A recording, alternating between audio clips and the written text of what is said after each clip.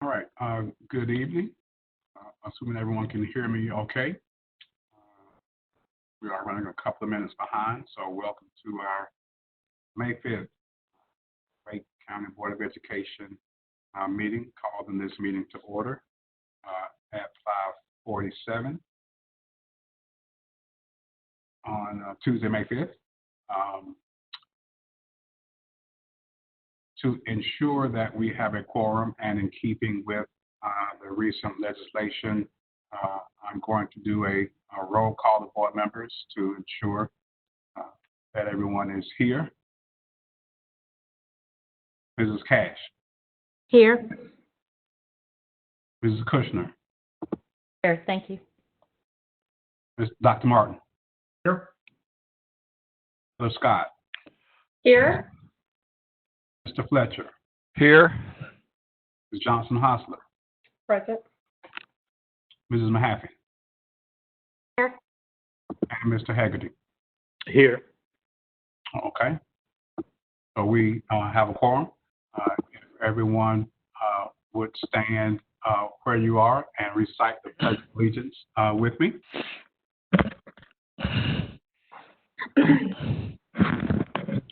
To the flag of the United States of America, and to the republic for which it stands, one nation under God, indivisible, with liberty and justice for all.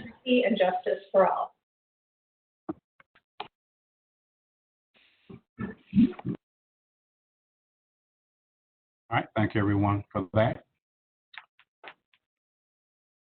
All right, well, we will jump right in. Our first information, as usual customary, is our comments from our superintendent. So Superintendent Moore, I'll turn it over to you. Good evening. As you know, this is Teacher Appreciation Week. So I would like to offer my own personal appreciation for how our teachers have answered the call to facilitate remote learning. Though nothing can fully replace the classroom experience, teachers have shown remarkable creativity in producing virtual lessons that engage students with meaningful content. They've also shown tremendous heart, working hard to make sure they connect with every single student on a regular basis. Every day on social media, you see teachers expressing just how much they miss their students. The crisis has plainly revealed one thing that most of us already knew. Teachers care so much, it hurts. Under normal circumstances, we'd be able to show teachers in person just how much we care for them. They would have been celebrated all week. Breakfast buffets, handmade cards, school-wide celebrations, shout-outs in the hallways and the classrooms. But as with everything these days, we're just having to make do as best we can in a new way. So this week, I invite everyone to honor teachers on social media using the hashtag WCPSS Thank a Teacher. They deserve our appreciation now more than ever. Next, I'd like to congratulate and recognize the 4 students from Wake County who received awards in the National PTA Reflections Competition. They were chosen from nearly 1,000 student submissions. The winners are Ty Preddy from West Millbrook Middle, who received an award of excellence in film production. Eva Penny from Middle Creek Elementary, who received an award of merit in choreography. Haroon Zafruddin of Washington Magnet Elementary, who received an award of merit in film production. And Brenna Watson from Ligon Magnet Middle School, who received an award of merit in visual art. You can find a link to their outstanding work at ncpta.org. Congratulations to these students and to their proud art teachers and parents as well. Finally, this evening, a well-deserved woohoo for the Southeast Raleigh Magnet High School girls basketball team, who were named 4A state co-champions. As you know, the winter sports championships and spring sports, unfortunately, had to be canceled due to the pandemic. This is not the ending that the Bulldogs' remarkable season that they thought that they would expect or envision. Not the players, nor the coaches, athletic trainers, student managers, cheer teams, parents, and fans that support them all along the way. But I wanted to take a moment to honor their achievement and also to acknowledge the disappointment that all our student athletes must feel over the cancellation, particularly our seniors. I fully understand this decision was made in the best interest of public health. Still, our student athletes and coaches pour their hearts and souls into every game and practice. So for all of it to come to such a sudden end must really have been a major blow. Athletics is an integral part of the school experience for thousands of our students, benefiting them and our communities in countless ways. For example, we often talk about the 4 C's: communication, collaboration, creativity, and critical thinking. There's no question that sports offer an excellent training ground for honing these all-important life skills. Perhaps more significantly, student athletes form bonds with their teammates that can last a lifetime. No one knows for sure how this pandemic may affect athletics going forward, but I want to make sure we recognize the accomplishments of the year that has passed and assure you that we will do everything in our power to safely return to play as soon as possible. Thank you, Chair Sutton and board members. That concludes my comments. Thank you, Superintendent Moore. And I will just briefly in my comments really echo 2 sentiments. One, to our teachers. Again, this is National Teacher Appreciation Day. Thank you, all teachers across the district, for your hard work, your dedication, your commitment to our students, not just every day and all year, but especially during this time as we deal with this COVID-19 pandemic. Your work, your determination, your grit is not unnoticed, and we certainly appreciate the work that you put in each and every day. And also to the Southeast Raleigh Lady Bulldogs, congratulations to you all on being champions for a women's basketball, co-champions. Certainly a tremendous honor, and thanks to you for your hard work and dedication, determination, and grit during this season and during this time as well. So big shout out to Southeast Raleigh Lady Bulldogs there.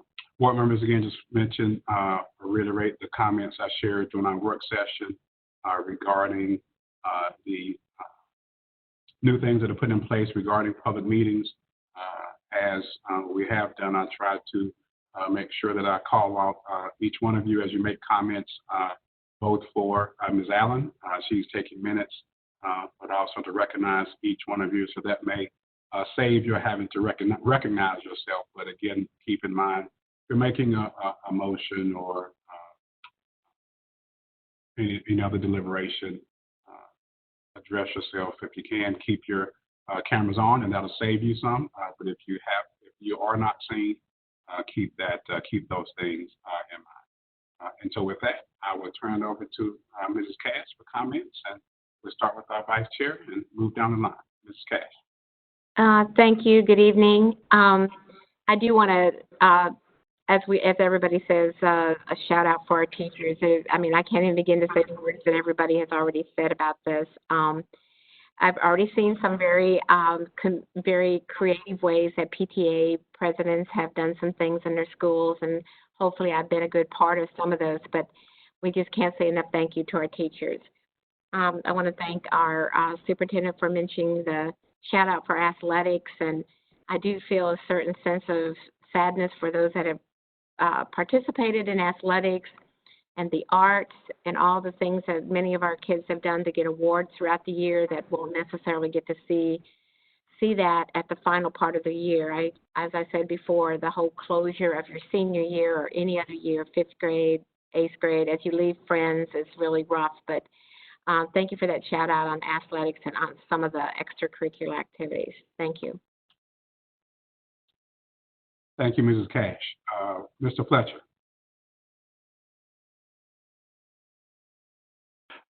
Mr. Chairman, Superintendent, fellow board members, I too would echo a great appreciation for our teachers. They have shown up big time in what they've been asked to do in the last several weeks. And I marvel at a teacher who can manage their own 3 children in their home and 20 on the computer and keep their husband at bay at the same time.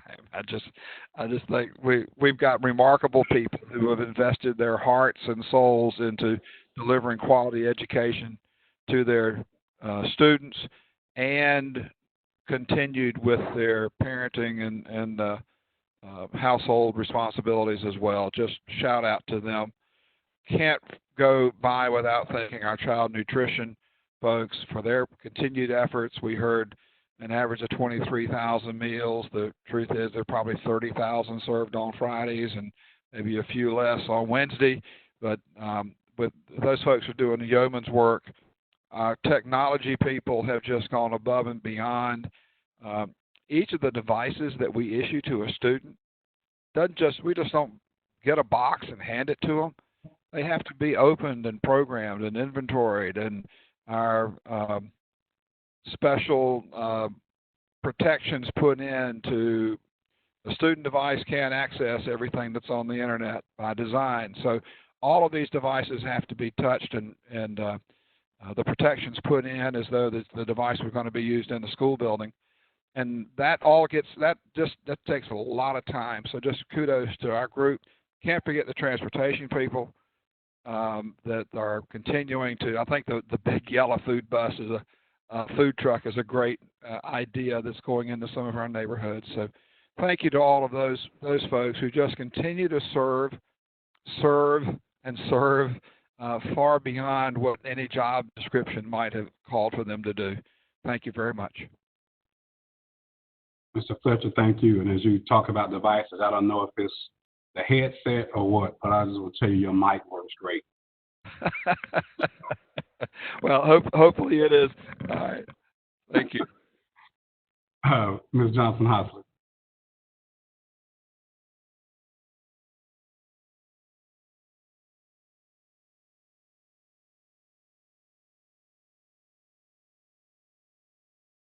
Ms. Johnson-Hosler.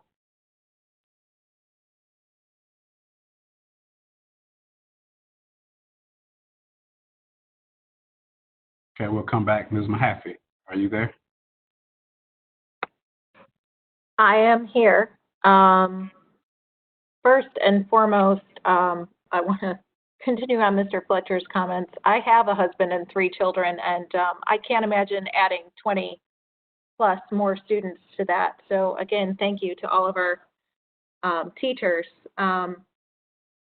It is incredible just to see the switch that flipped again, how classes are being able to stay together, maintain relationships, and, you know, the excitement for my children when it's time to go on their class Google Meetup. They're very happy to connect with people that they've built relationships with over the years, and that's what teaching is. Teaching is about those relationships, and since we are not able to thank our teachers in the traditional way during the school year, just a huge thank you to all of our teachers in the district, especially the ones that teach my 3 children, you know, from the classroom to specialist classrooms, and just those teachers that know our children throughout the building. They miss you.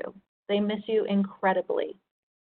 And I'd like to thank our communication staff for sending out those arts appreciation on social media, seeing our students, whether it's in a past performance or taking the time to share their gifts and talents with our broader community. It is just wonderful. You know, the arts is a way that we come together that help us express emotion in a way that maybe we can't quite put into words.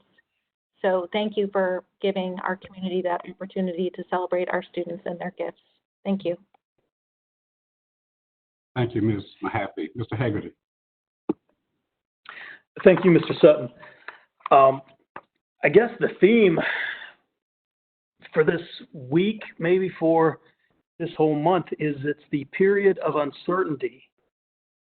And as we go forward, I just keep coming back to the uncertainty that we face in the short term and the long term. In Teacher Appreciation Week, I think we need to be very mindful of the uncertainty that many of our teachers have going forward. And let's remember that our teachers are and it sounds silly to say this, but to remind people, but our teachers, our school staff are people too. Many have kids, many have parents. All of them have some people that they are caring for and worrying about during these times, in addition to all of their other duties. And as we always ask people to extend grace and understanding, let's just try to put ourselves in their situations sometimes as well.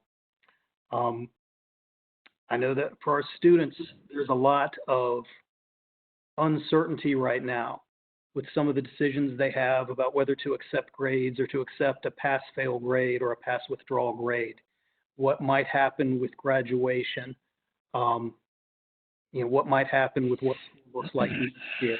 Let's just be mindful of the uncertainty some of those students are feeling. I want to assure everybody that we do read the public comments that are submitted. If my colleagues haven't had a chance yet, there is a wonderful video submitted by one of our students, Miss Marilyn Nunnery, talking about graduation and some of the uncertainty that she's feeling, that I'd recommend to you and to anybody else who has access to it.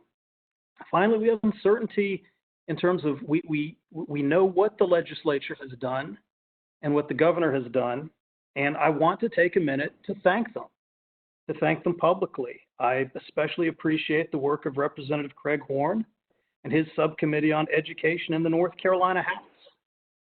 They gave a serious review to a lot of areas that the impact of coronavirus on our public schools and our local governments. Unfortunately, a lot of their recommendations weren't included in the final bill, but I appreciate their efforts and applaud them. And I know that as the legislature goes into the short session, there might be a chance to bring up some of these issues again. And, looking at next year's budget, see what they can do to look at more of the long-term effects of COVID-19 and its effect on our schools, on public education, and just the fiscal strain on our local governments as well. And that concludes my comments. Thank you. Thank you, Mr. Hegarty, for those thoughtful comments. Appreciate you. Ms. Johnson Hosler.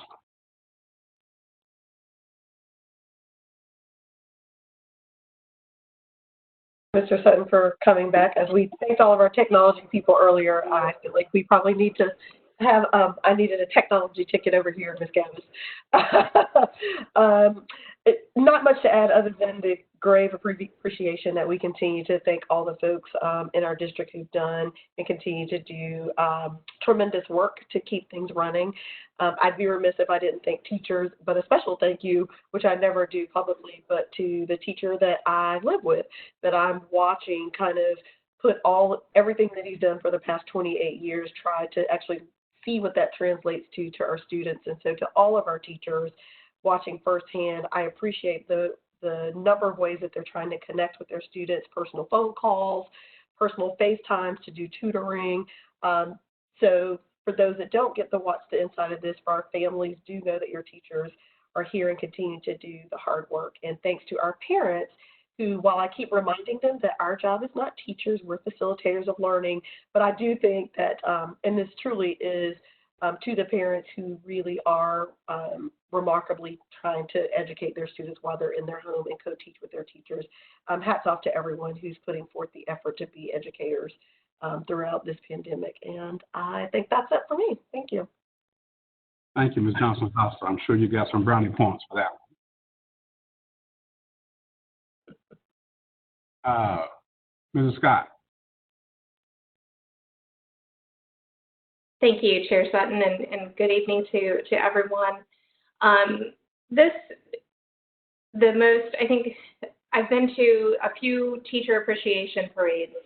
The town of Rollsville had hosted a parade for all of their schools, and this past Friday, Wake Forest Elementary had a parade, and I was looking for a good place to be able to watch that, and happened to be in a place from a safe distance where I was able to see a few families, and they missed we all know that I cry, but I'll never be able to go to one of these without tears of gratitude and appreciation, and just sharing the sadness there is right now. But these kiddos miss their teachers, and their teachers were just calling out, "We miss you, we miss you." And it was very sweet. And the town of Zebulon is going to be hosting another appreciation parade this Friday for their schools. And I cannot begin to imagine the impact our teachers are feeling. I was able to have a Zoom meeting with a few music education majors who all started at the same time at Indiana University, Bloomington, a long time ago in 1993.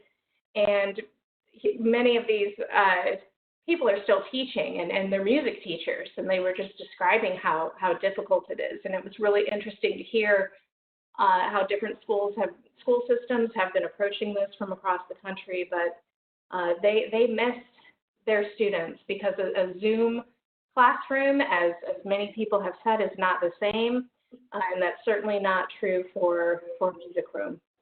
So my heart really goes out to everyone, but I do appreciate our teachers so much.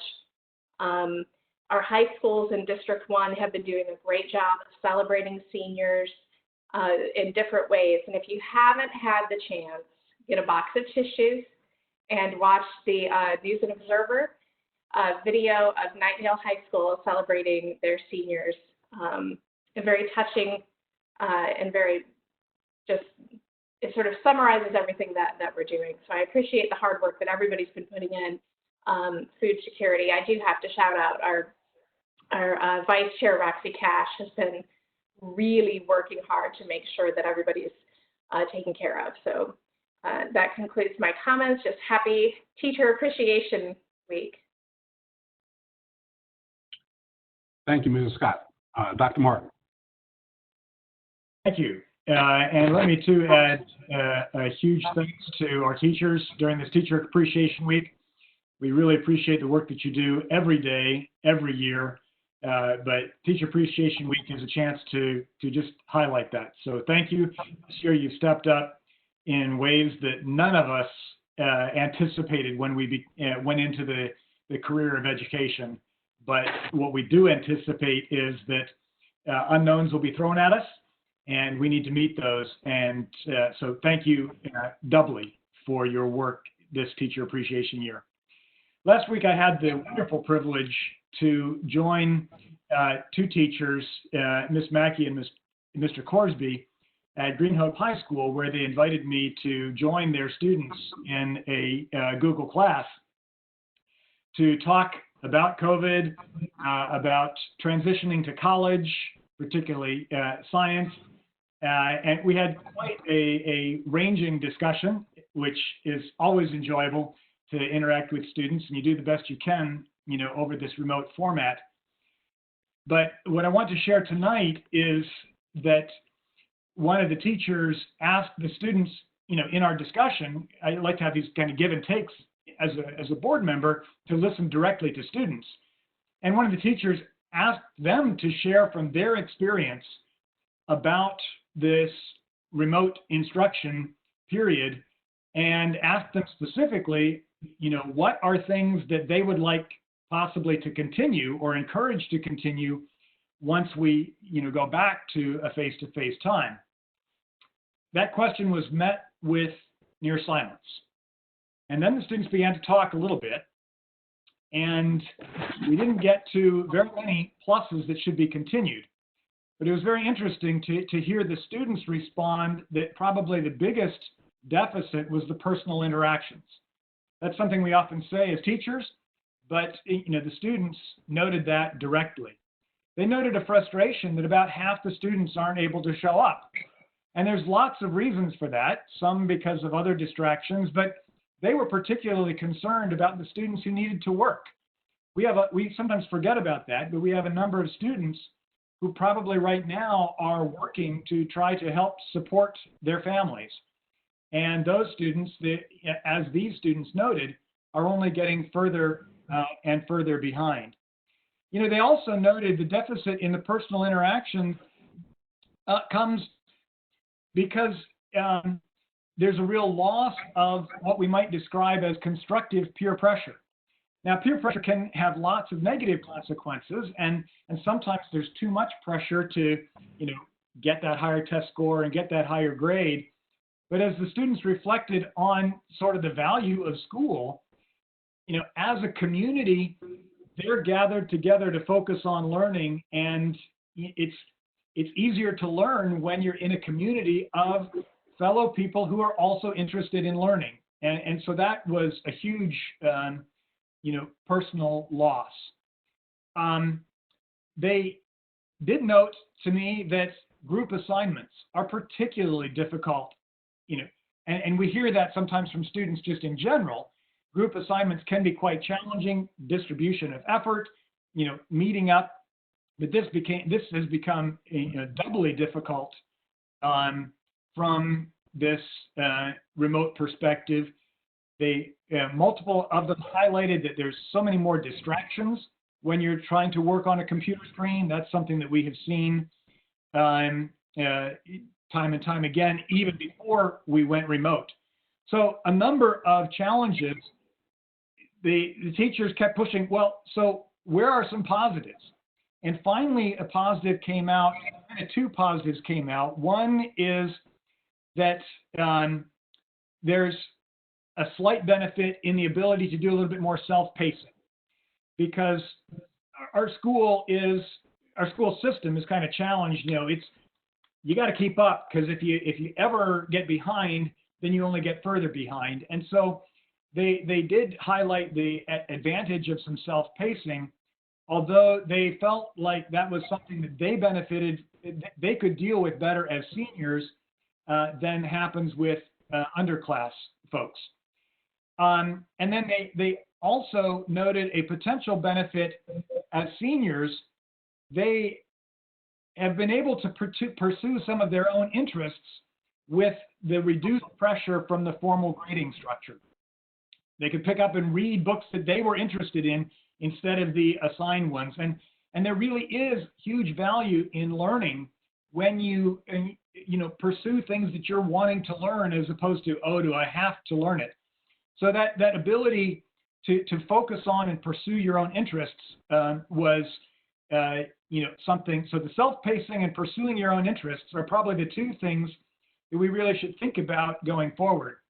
So let me wrap up with sort of that recognition about pursuing your own interests and grades, because they noted again that was something that they could take advantage of as seniors, which was not as available to the lower class folk, because the lower class folk are now doubly concerned about the assessments and grading, and do I take a grade? How does that impact anything in the future? And herein, I just want to reinforce that we need to continually move education into the direction where the purpose of education is more about learning than it is about grades.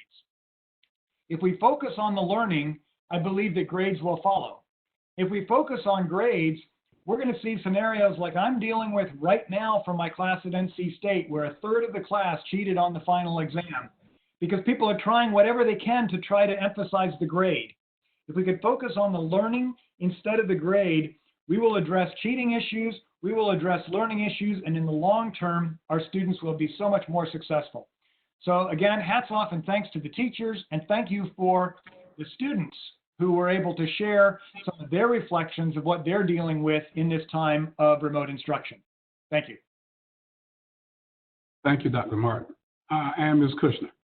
Thank you, Chair Sutton, and to all my colleagues, thank you for the thoughtful remarks this evening, and particularly, Mr. Haggerty, to your point of uncertainty. These are not normal times. This is not normal schooling.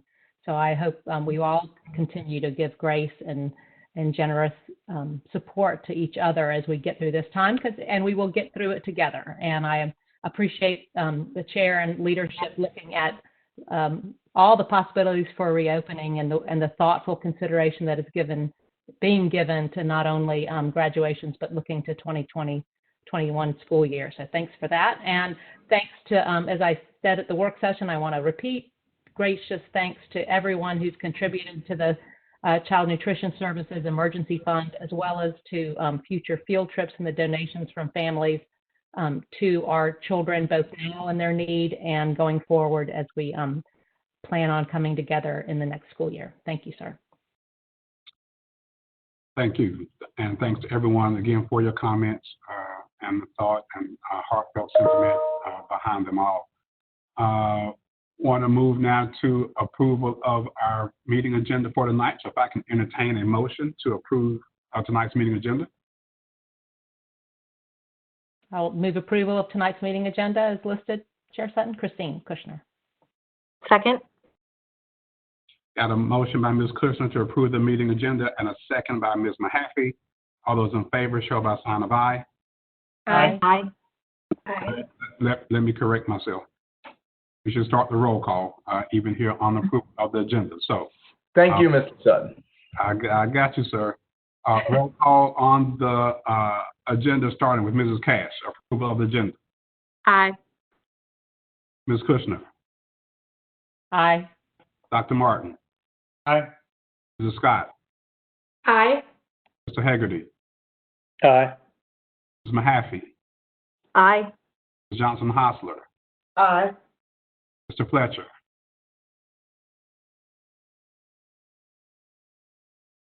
Mr. Fletcher. I apologize. Aye. Not a problem, sir. I was afraid my microphone wasn't going to work. Oh, it's working. And I vote aye as well. So that's a unanimous vote for the approval of the agenda. Tonight's meeting agenda has been approved. Moving to public comment.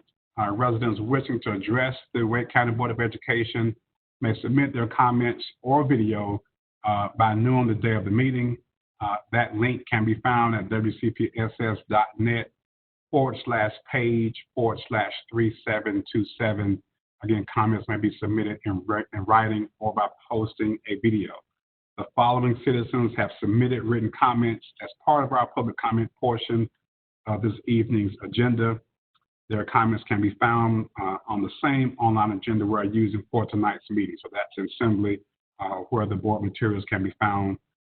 Those comments and videos can be found there. That agenda, as well as guidelines for those wishing to submit comments for future virtual meetings, can be found at the district's website, again, which I just gave. Tonight's citizens, Kavitha Subramaniam, and that was on petitions for healthy food, drink, and recess. Stacy Robinson, increased pay for substitute teachers. Megan Holler, on the topic of sustainability and composting. Tim Riley, on the subject of 2020-2021 enrollment plan. Sean Bolson, on the subject of the illness policy related to COVID-19. Leanne Capps, on the subject of class of 2020 graduation, and a video, as Mr. Hegarty mentioned, by Marilyn Nunnery on the subject again of class of 2020 graduation. Those are the speakers who again have submitted comment or video along with the topic, and those again can be found in our board meeting materials. With that, moving to our consent agenda. If I can entertain a motion to approve the items on consent. Roxy Cash, I make a motion to approve those minutes. Bill Fletcher, second.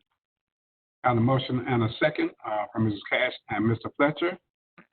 Again, starting to my left here at the table, Mrs. Kushner. Aye. Dr. Martin. Aye. Mrs. Scott. Aye. Mr. Hegarty. Aye. Mrs. Mahaffey. Aye. Mrs. Johnson Hosler. Aye.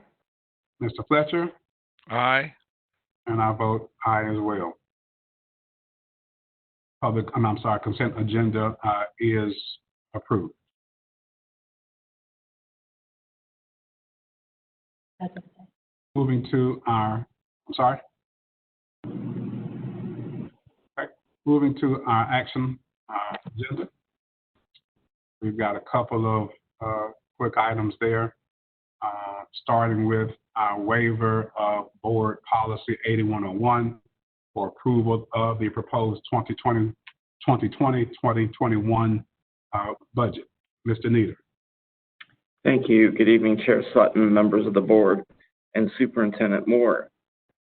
At your April 14th board meeting, the superintendent and staff presented the superintendent's proposed 2020-2021 budget.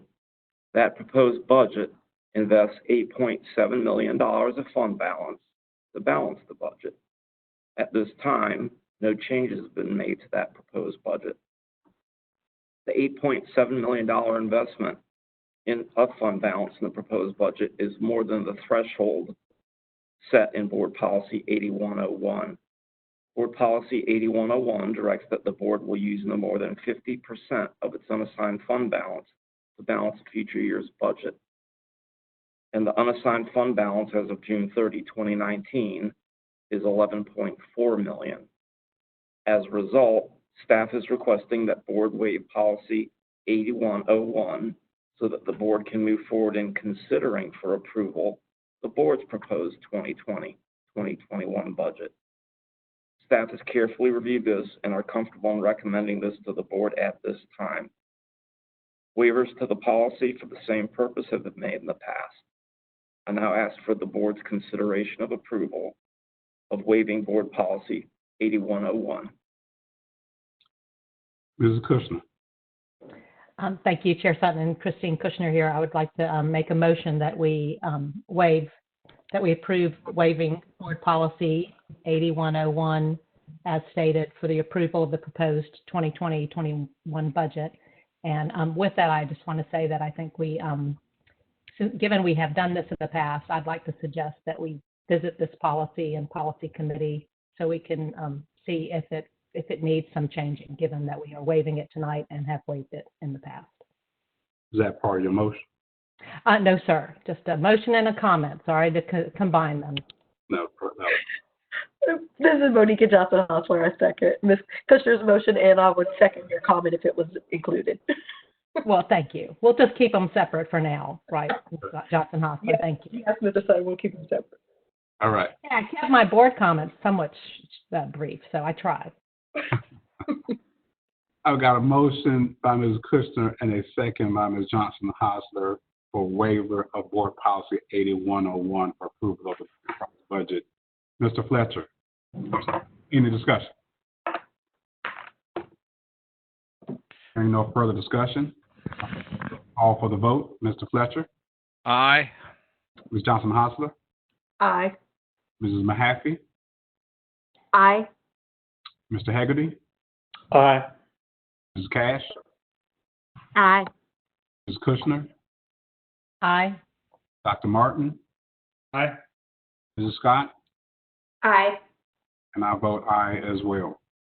The waiver of Board Policy 8101 passes on a unanimous vote.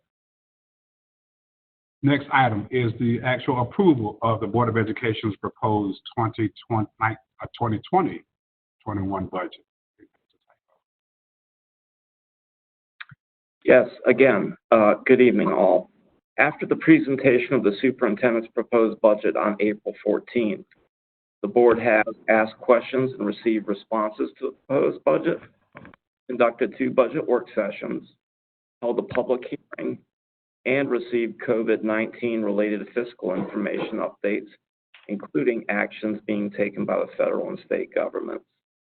That said, much uncertainty exists and will remain into the unforeseeable future. The board's proposed budget requests an additional $29.9 million in funding from the county. At this time, the board has directed no changes to the superintendent's proposed 2020-2021 budget. It has waived Board Policy 8101, allowing it to invest more than 50% of the prior year's fund balance into the proposed 2020-2021 budget. Staff is now available to answer any final questions and then ask the board's consideration of approval of what will become the board's proposed 2020-2021 operating budget with no changes from the superintendent's proposed budget. Martin, I'll make a motion to approve the superintendent's recommended budget, making it the board's budget. Chair Chair Sutton, I second that motion. I've got a motion by Dr. Martin and a second by Mrs. Cash to approve the superintendent's proposed budget. Now looking at the board's budget. Is there any discussion? Mrs. Mahaffey. Thank you, Chair Sutton. I think we all know that there is a lot of uncertainty that comes with this budget, as Mr. Haggerty and Ms. Kushner stated in their comments, and we heard previously from our COVID-19 update during the work session. I'm sure that we will have many changes to this as we go forward. I am hopeful that we can keep our commitments that we made last year, and that we can have support from our community, especially knowing that there is a lot going forward, that we don't know what school is going to look like in this next coming school year. Thank you. Thank you, Ms. Mahaffey. Dr. Martin. Thank you. I do want to begin by acknowledging the work of staff, Superintendent Moore and all the staff who have worked hard at putting this budget together. I think it's very much a responsible budget. As Ms. Mahaffey just noted, we've got to be flexible.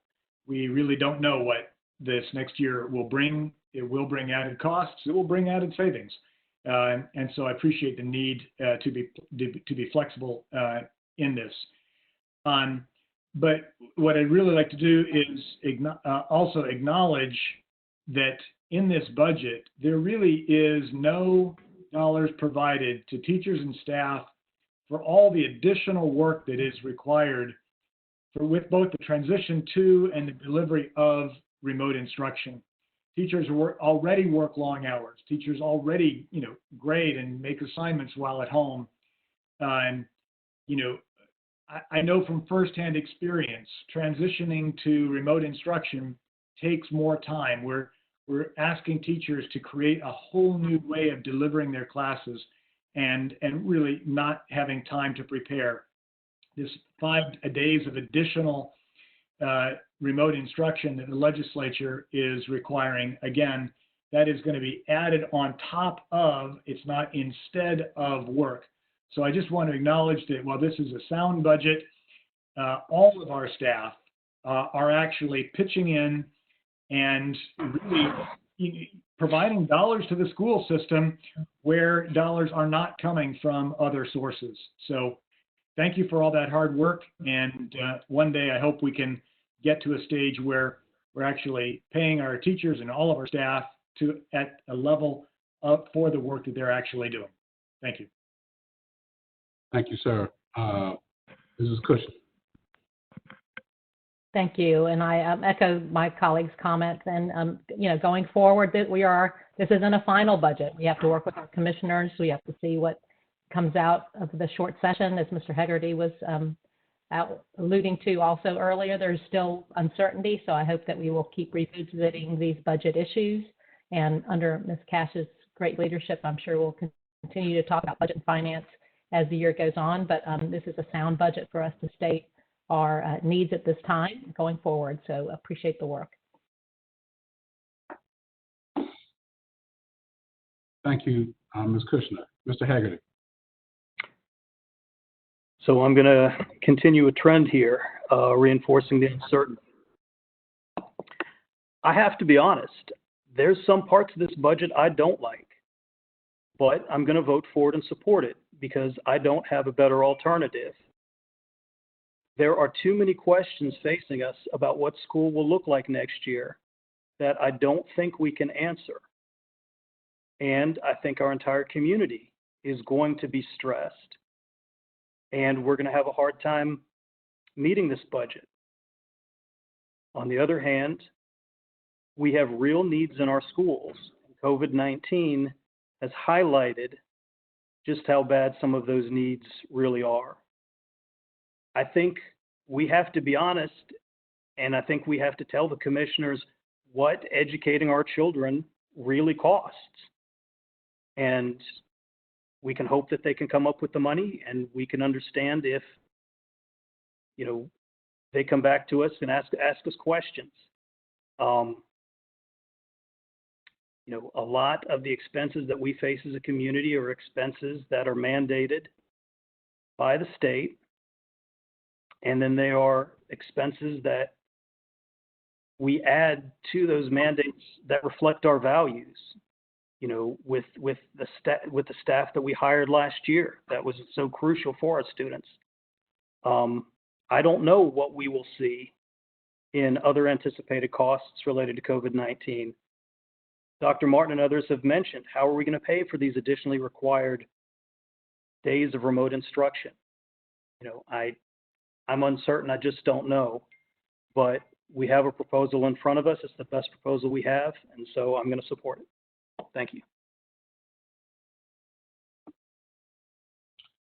Thank you, Mr. Haggerty. Ms. Cash. Thank you, Chair Sutton. I would like to mention that in this budget, I too, as we've gone through the COVID process and that we have been out in the community, I've noticed that schools in general, and I don't mind this, but I do know that we take on a lot of things other than educating our children. We feed them, we take care of their social, emotional, we take care of their health issues. The school system's doing a lot of things that I think belong to so many people in addition to us. We need to take care of our kids. We need to take care of our teachers. But a lot of these things that we've had to do as far as feeding programs and such that we gladly do should come out of the Wake County's COVID care money that I think needs to come back to us somehow, somewhere. We have some of the care money, but I think a lot of these things that we're doing are in addition to what we do with education. So hopefully as we present this budget with the needs that we have and knowing the economic stress that the county is under, but that they will look at those dollars that they're getting from the government and understand the needs that we have. Thank you. Thank you, Ms. Cash. Ms. Johnson-Hosler. Thank you, Mr. Sutton. On the heels of Mr. Haggerty's comments, I won't spend too much time echoing him, but I completely agree that in the uncertainty of COVID and everyone's uncertainty as we're putting forth a budget, it is our responsibility to put forth a budget that requires us, that we need to meet our requirements, but also recognizing that COVID just highlighted the things that we currently don't have in the budget. And so it's our hope, as I asked earlier, that the General Assembly will grant us some flexibility in the ways that we move forward, given that we found gaps that we knew were there, but now they're even illuminated even more. And so I ask the public to continue to trust and support us as we recognize that this will seem hard and heavy at a time that everyone in our community is being hit in tremendous ways, and everyone is experiencing some form of overwhelming and exhaustion, that they support the fact that we understand that this isn't easy. And to your point, Mr. Haggerty, we will answer those questions and continue to share with our community and our commissioners of how important this budget really is. And we acknowledge that it's also a difficult time to be putting forth a budget. Thank you, Ms. Johnson-Hosler. Mrs. Scott.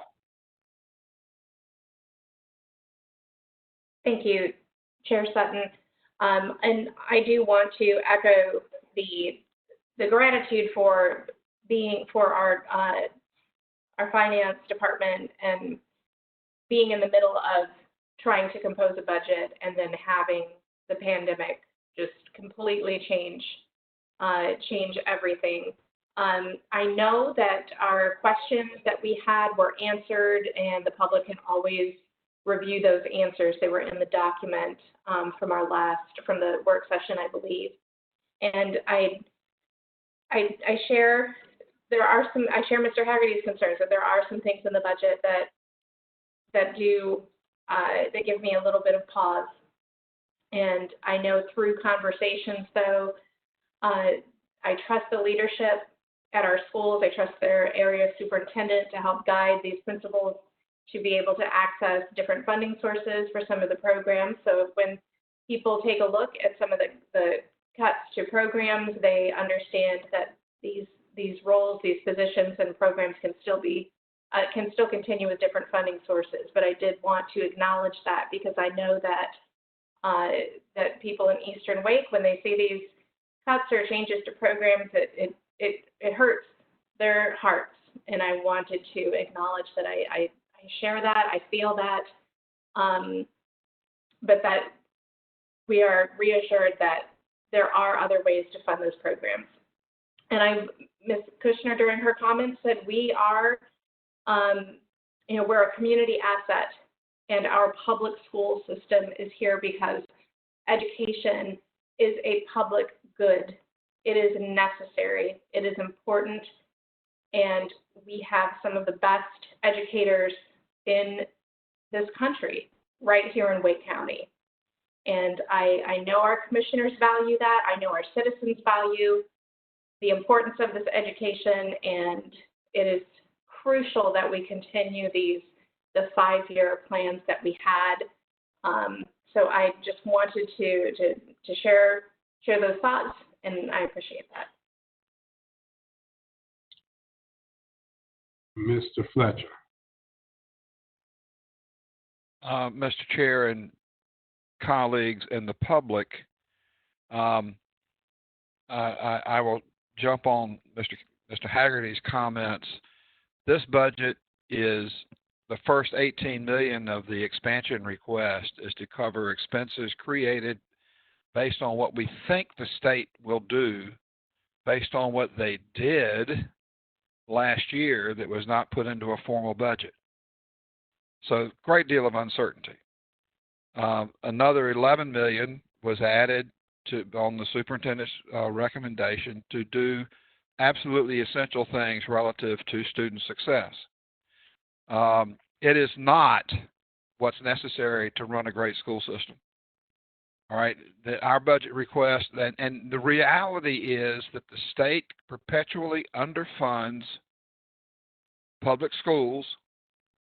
The percent of the state budget to fund public schools continues to decline. The per pupil expenditure by the state continues to decline, and that is the source of the issue.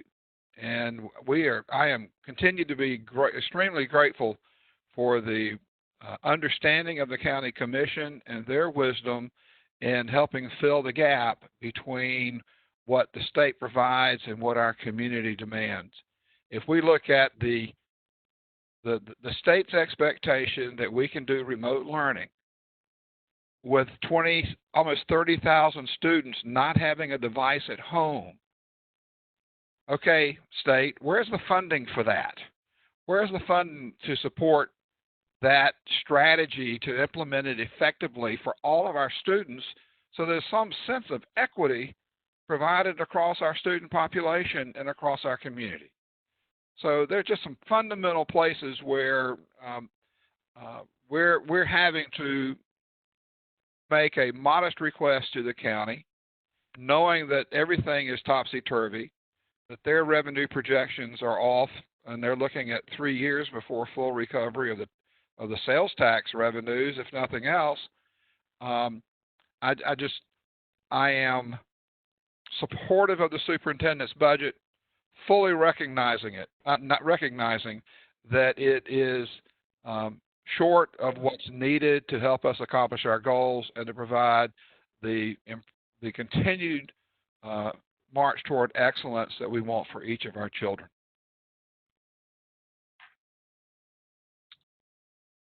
Thank you, Mr. Fletcher, and all who have provided comment. If I might summarize what we have heard regarding the budget, I think you have heard a board that is concerned, that is thoughtful and understandably aware of the tension and the balance, the challenge of trying to pass a budget that is responsible and one that is representative of what we need and the balance of trying to perform our job as members of the Board of Education, while at the same time being considerate, thoughtful, and compassionate around the issues that are posed to us in our community by this COVID-19 pandemic.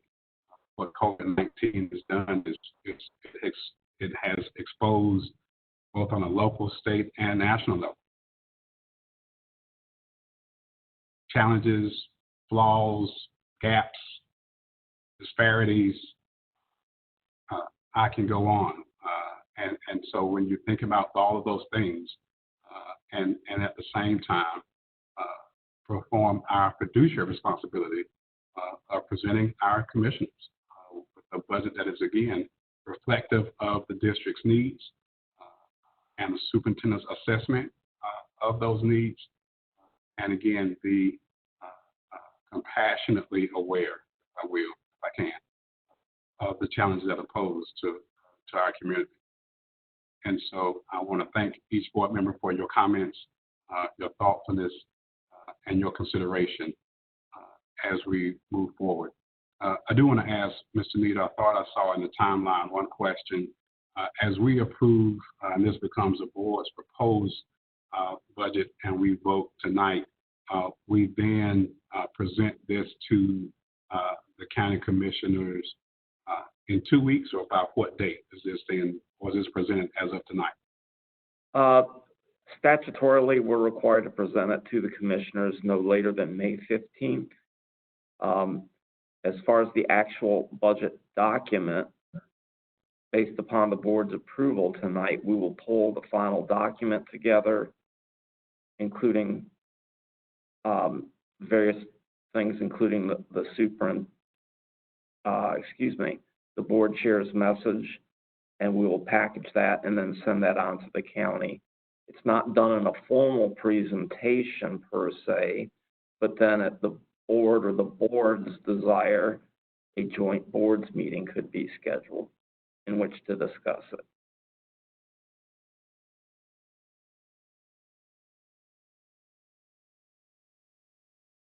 And I guess what I was thinking, being that we have received quite a bit of information tonight regarding the impact of the relief funding that is coming from both the federal government and state government, which is a significant amount of funding.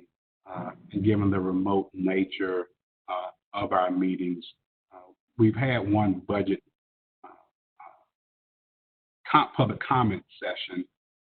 I wonder if there is any value in providing the community and our constituents one additional opportunity to provide any comments to the budget, given the amount and the impact of the relief funding that is coming, that we're just seeing for the first time today.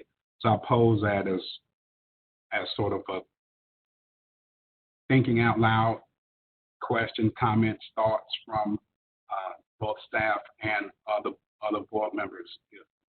If there is a feeling that opportunity might be something worth providing.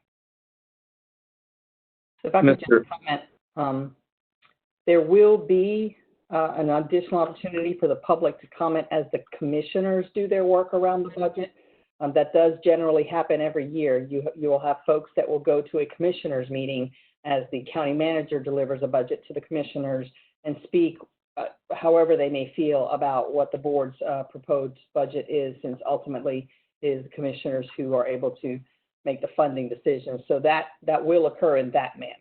And and there's not another meeting prior to when the board budget has to be delivered to the commissioners for us. And the May 15th date is correct. Thank you, Jonathan. And Mr. Sutton, a couple clarifications, what I shared. Well, one clarification. We should be able to turn around the actual document once we have all the materials, and I think we've got pretty much everything within 1 to 2 working days. So that's pretty quick. we have already shared with county staff. They've already seen the proposed budget. We will confirm with them tonight or in the morning that the board's proposed budget will mirror the superintendent's budget, so that they will know that. We'll also be sharing with county staff what we've shared with you tonight as far as all the funding related to COVID, state funding, several forms there, CARES funding,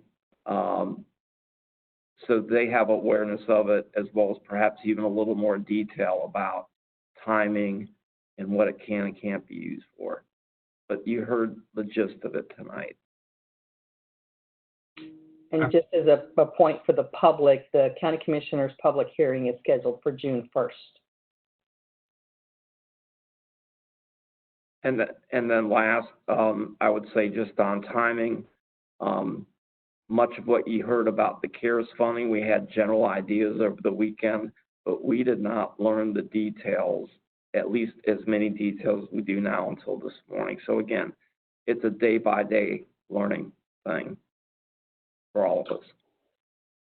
And I think that was sort of my point in raising that question, that because and given the uncertainty of these times, which several board members raised, and the fact that so much is changing so quickly, that we're in a little bit different, we find ourselves in a different place, different time. And so if, again, board members thought that might be helpful to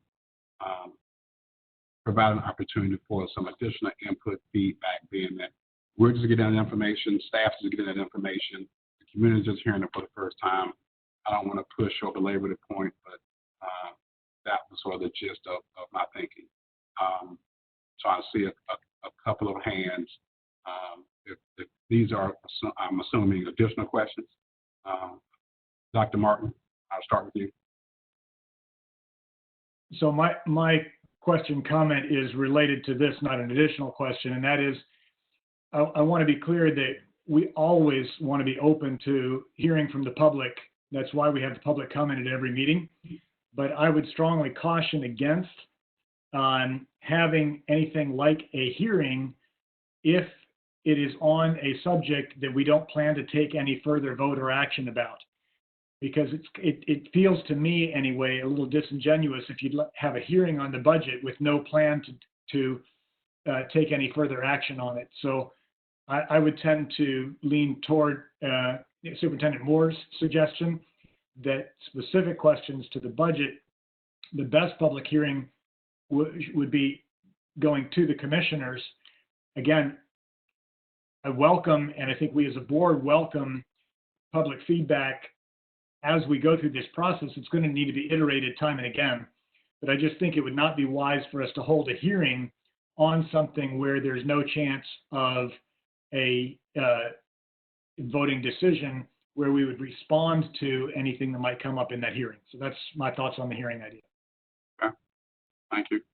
Ms. Mahaffey, do you have another comment, question? Yes. My question was just to be reminded of our deadline to submit our budget to the commissioners in regards to the commentary about adding a hearing. This is Jonathan. That unless by agreement with the commissioners to extend it, the deadline for board approval and submission is May 15th. Okay. So given that, I don't, I agree with your comments, Chair Sutton and Dr. Martin, that of course we want to hear from the public, but given that tight timeline, I don't know how we have time to do a hearing and then a discussion and do the adoption on that, given the short amount of time that we have. Thank you. And Chair Sutton? Yes. I will add to that, just because the board's proposed budget goes forward at May 15th, there will continue to be opportunity for changes, because from there, the county will have their discussions. There may or may not be a joint boards meeting. And then upon what the county finally decides as far as the final county appropriation, the board's proposed budget can then be aligned that has the potential for additions, it has the potential for reductions, it has the potential for shifts of funding from one source or for one purpose to another. So it's not static just because we hit May 5th. Ms. Scott? Thank you. I do thank you for bringing that up, Chair Sutton, because that I feel like in the past, in a regular year, I've received feedback that it's kind of hard to find, where the budget proposal is. I think people still, there's a lot of buttons, a lot of clicks you have to make on the main website to get to simply, or to understand that. And it's a challenge. And I know everyone is, we've got carrier pigeons. We're doing, as much as we can to share information with the public, but it's still a little tricky.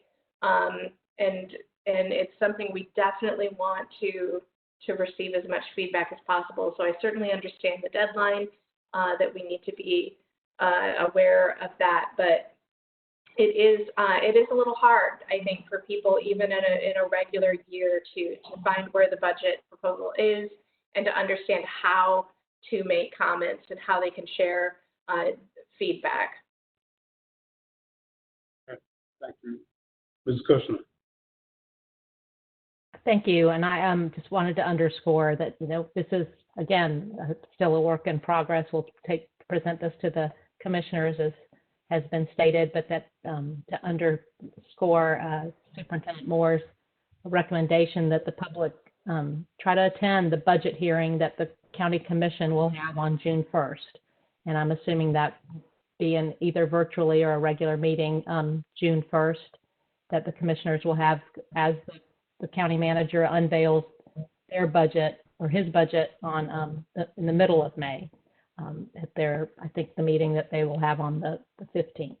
So it is ongoing, and I think as people have said, it's going to continue to be ongoing given the uncertainty of COVID and the year ahead. So I hope we will continue to have those channels open with our commission partners and our state legislative partners. Thank you. And Mr. Hegarty, I'll let you have the final word. Okay, thank you, Chairman Sutton. I really appreciate you bringing this discussion up as part of our budget debate. And I want to make sure, too, that I think I heard you a little bit differently maybe than some of the others. I didn't think you were proposing like a formal hearing as much as just going out into the community and trying to solicit more feedback and opinions, giving people a chance to submit comments as the budget continues to evolve. I think if we have a tight timeline, obviously we have to adhere to it. But I know from last year's budget, I went to the County Commission public hearings and I listened to the public speak to the commissioners about our budget. And I think we as a board and, as a staff have, missionary work to do to go out and to answer people's questions, to explain in more details than maybe they've received tonight, why we're asking for what we're asking, what these expenses mean. And so from that point of view, that between now and the commissioner's final vote on the budget, I think we should look for opportunities, to go out, to talk to people, to listen to them and get their feedback, hear their questions and do their best to answer those questions, even if, we don't have a meeting or a formal structure. I just think that'll help us all be in this together with our partners in the county as we go forward. Well, thank you for that. I think you were right. I was just sensing something in terms of board sentiment as I heard everyone's comments, and so I just wanted to make sure that I was reading what I felt like I was hearing and reading was sort of correct. So, but it being a public comment and hearing, or as we go out and talk to other folks, continue to solicit that input and feedback. So thank you for that. Again, we've got a motion and a second on the budget. And so I will now call for the vote, starting with Vice Chair Cash. Aye. Ms. Kushner. Aye. Dr. Martin, Aye. Mrs. Scott, Aye. Mr. Fletcher, Aye. Ms. Johnson Hosler, Aye. Mrs. Mahaffey, Aye. Mr. Hagerty. Aye. And I also vote in support and cast aye as a affirmative vote, giving our Board of Education's proposed 2020-2021 board budget a unanimous vote. Thank you all for that, and again for your comments, for your thoughtfulness, and for your consideration and compassion. Thank you, Mr. Nieder, to you and your staff for putting this together, and thank you, Superintendent Moore, for putting forth this budget. Thank you. At this point, I will entertain a motion to go into closed session. Chair Sutton, I make a motion that we go into closed session. This is Roxy Cash. To consider confidential personnel information protected under GS 143-31811, A1A3, and A6 and 115C, to consult with the Board of Education's attorney and preserve the attorney-client privilege as provided in GS 143-31811, A3.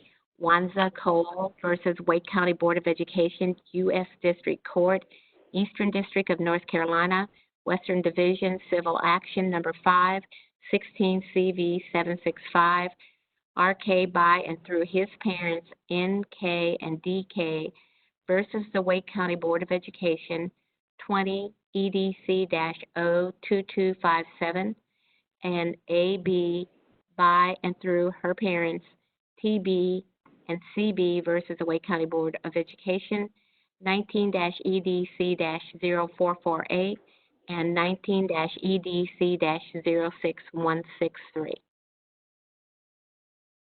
I've got a motion and a second to go into closed session for the items stated. Any discussion?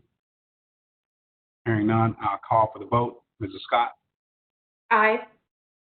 Dr. Martin, Aye. Mrs. Kushner, Aye.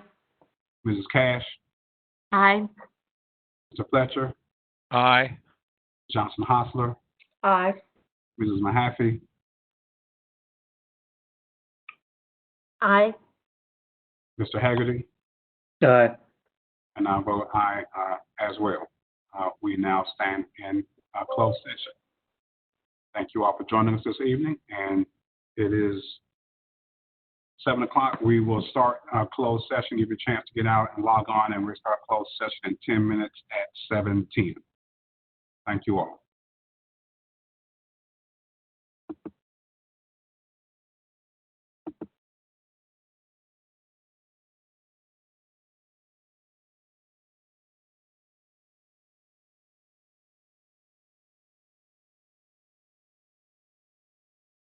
Aye. That feels good. Well, we've got great support. Absolutely. Okay, here you go. So we just need Yeah, that's fine. I think we are recording now. Yes. Ready? Yeah. All right, we're back in open. I kept coming in as an attendee, so I don't know what was going on. So I just came in here behind Roxy. Mm-hmm. All we need is a motion to approve the HR recommendations, and then a motion to adjourn. Mr. Chair, Bill Fletcher, I would move approval of the superintendent's personnel recommendations. Second, Jim Martin. Got a motion by Mr. Fletcher and a second by Dr. Martin to approve the HR recommendations as submitted by the superintendent. Any discussion? Hearing none, call for the vote. Mrs. Cash, Aye. Mrs. Kushner, Aye. Dr. Martin, Aye. Mrs. Scott, Aye. Mr. Hagerty, Aye. Mrs. Mahaffey, Aye. Johnson Hosler, Aye. Mr. Fletcher, Aye. and I vote aye as well. HR recommendations approved unanimously. At entertain a motion to adjourn. So moved. Second. Got a motion and a second to adjourn. No discussion, I'm sure. And I'm sure everybody's voting in the affirmative on that one. Aye. Aye. Aye. Aye. Carried, we stand adjourned. Aye. Good night, Thank you, everybody. everyone. All right.